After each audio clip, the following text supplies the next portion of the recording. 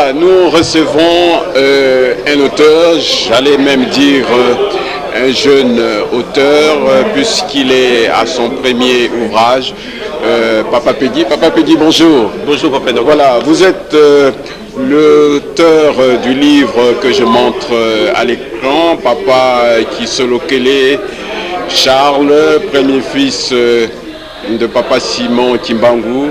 Son œuvre est Dieu. Et nous allons évidemment aborder avec Papa Peggy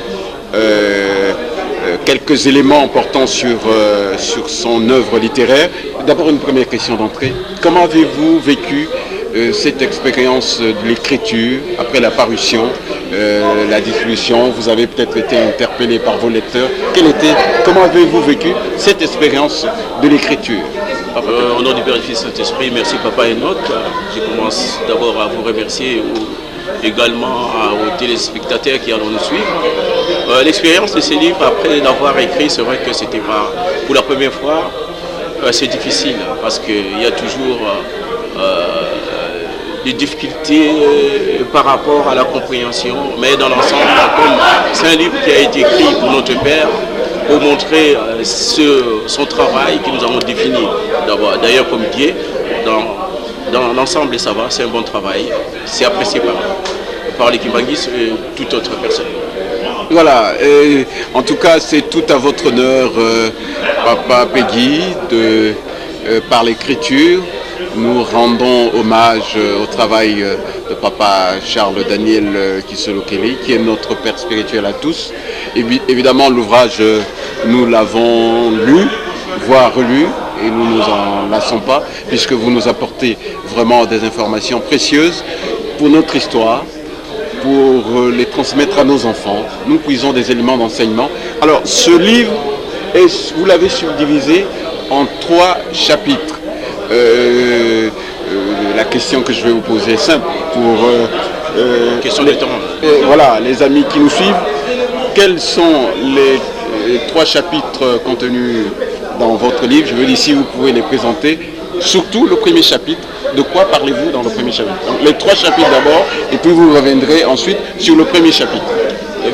Évidemment, les livres, nous l'avons réparti en 3 parties.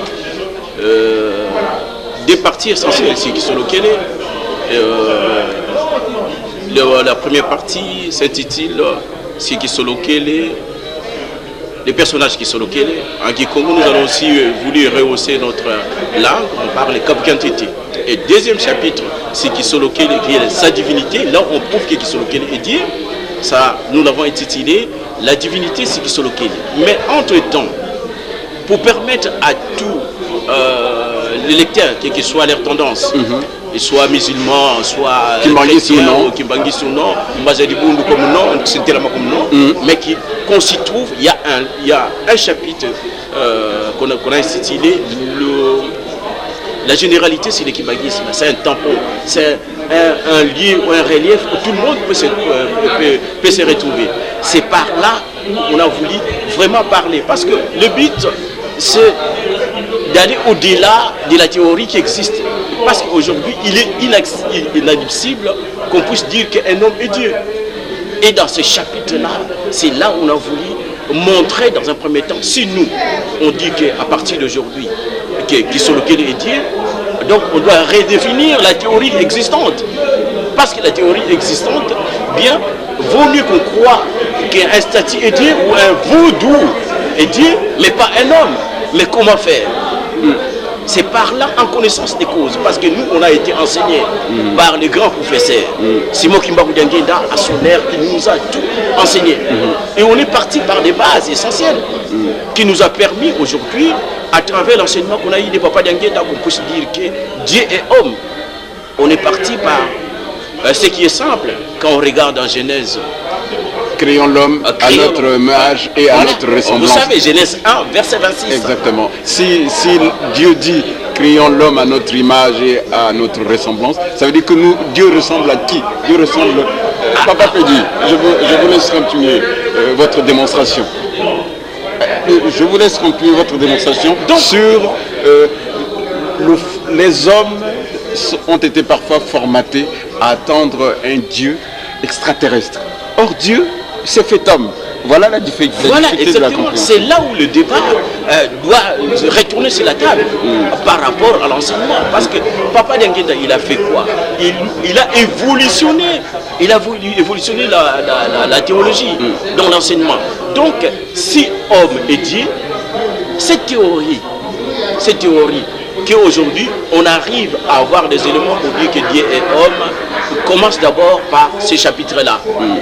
Donc dans ces chapitres, on a une déclaration de la création et on rajoutera encore dans Genèse 5, verset 1, on a une déclaration nominative, onomatisme.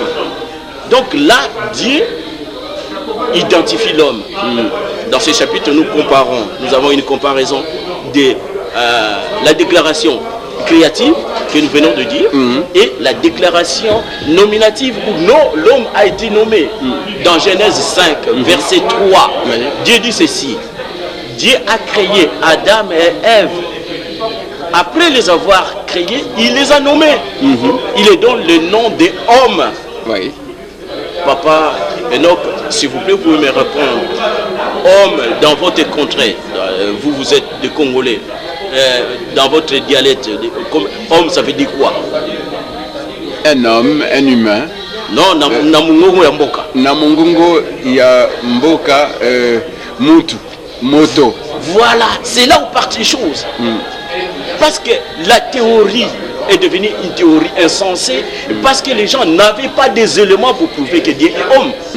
Mais à partir des langages, études linguistiques ou encore ethnologiques de notre contraire, on voit que l'homme, on traduit, nous allons traduire les versets. Le verset, oui. Nous avons Asali, Muntu. Adam na Ève, apesi bango kombo, Muntu. Ubare Nkumbu, Ntu. Donc, dans cela, quand on compare la déclaration que Dieu a créée, créons l'homme à notre image, qu'il soit les responsables de tout ce que nous allons créer. Donc, l'homme, il devient tout, le chef, les responsables de toutes ces créatures. Exactement. Donc, exactement. Il faut qu'il y ait un rapport sur ce que Dieu a déclaré et la nomination. Parce que chez nous, du point de vue onomatique, l'homme, l'identité de l'homme identifie l'homme. Donc tous ces parcours de l'homme dépendent du nom qu'on l'a donné. Ceux qui ont Goli de Congo, ça, on montre que moi je suis des Congo, j'ai des éléments de Congo. Quand on parle Louvouvamou, parce qu'on porte, il y a quelque part une partie de la paix dans toi. Sinon c'est pas, le nom ça sert à rien. Donc on voit que la déclaration de Dieu à sa création, et quand il donne le nom, ça tombe juste. On peut chercher partout dans le monde, on ne trouvera jamais la signification de homme qui veut dire responsable de tout. Il n'y en a pas. Sauf dans nos langues, sauf dans le dialecte bantou, sauf chez nous. Congo, qui nous donne explicitement la définition de l'homme dans son rang premier, servant de locomotive pour prendre l'image du train. Voilà, là, le débat devient précieux. Donc ça change. Ça prend une dimension nouvelle. On renouvelle la théologie, ça apporte des arguments nouveaux. On a même des éléments nouveaux qui sont importants pour redéfinir la théologie qu'on croyait que c'était la bonne. Mais parce que les gens, ils n'avaient pas des éléments pour le dire, ils ont écrit quoi? Dieu n'existait pas, Dieu est fluide, Dieu existe d'une forme spirituelle parce qu'ils n'avaient pas des éléments. Pour y en arriver, mes frères et sœurs, il faut faire un voyage vers la création, c'est-à-dire vers Adam et Ève, pour retrouver la première personne que Dieu a créée. On oublie qu'on est des Congo, on oublie qu'on est des Français, des Écats, des Mayas, mais allons faire le voyage vers la création. Et quand on arrive là, on trouve la première personne que Dieu a créée, Adam et Ève. Et il les a nommés tout. Et nous avons maintenant des caractéristiques et des qualifications de ces tout-là. Nous avons tout, ça veut dire tête, chapeau, les responsables, les maîtres de tout ce que Dieu a créé. Exact. Et à part ça, nous devons aussi faire la comparaison entre l'homme à son état primaire et à son état secondaire. Merci beaucoup, Papa Peggy. Et par là, nous allons trouver que l'homme à son état secondaire, il avait tous les éléments que Dieu avait donnés. Le sens de vie. Ce sens-là qui a fait défaut. Car l'homme, quand il est passé de son état secondaire, état primaire à son état secondaire, il a perdu la vision. Et à travers cette vision-là, que nous tenons surtout tout ce qui est descendu d'Adam et Ève par une procédure biologique n'avait pas cette vision-là. N'avait plus cette vision-là. Oui. Donc c'est lui qui pourrait nous témoigner de la présence de Dieu. Ce n'est que Adam et Ève. Merci. Étant donné on n'a pas trouvé ces gens-là, la théorie est venue que Nzambe a Zamoutouté. C'est là où part l'originalité de cette théorie obsolète. Donc aujourd'hui, à travers l'enseignement de Simon Kimbarou Diangenda, on a des éléments, mais malheureusement on n'a pas le temps. On peut se voir. Vous êtes là, je suis là, venez, on aura le temps. Vous trouverez tous les éléments nécessaires dans cet ouvrage que je vous présente. C'est l'œuvre de Papa Peggy, l'auteur qui vient d'exposer que les éléments, quelques éléments de le premier chapitre de son livre. Donc achetez le livre, vous trouverez la suite sans débat. Merci à tous. Merci Papa Enoch, merci. Merci.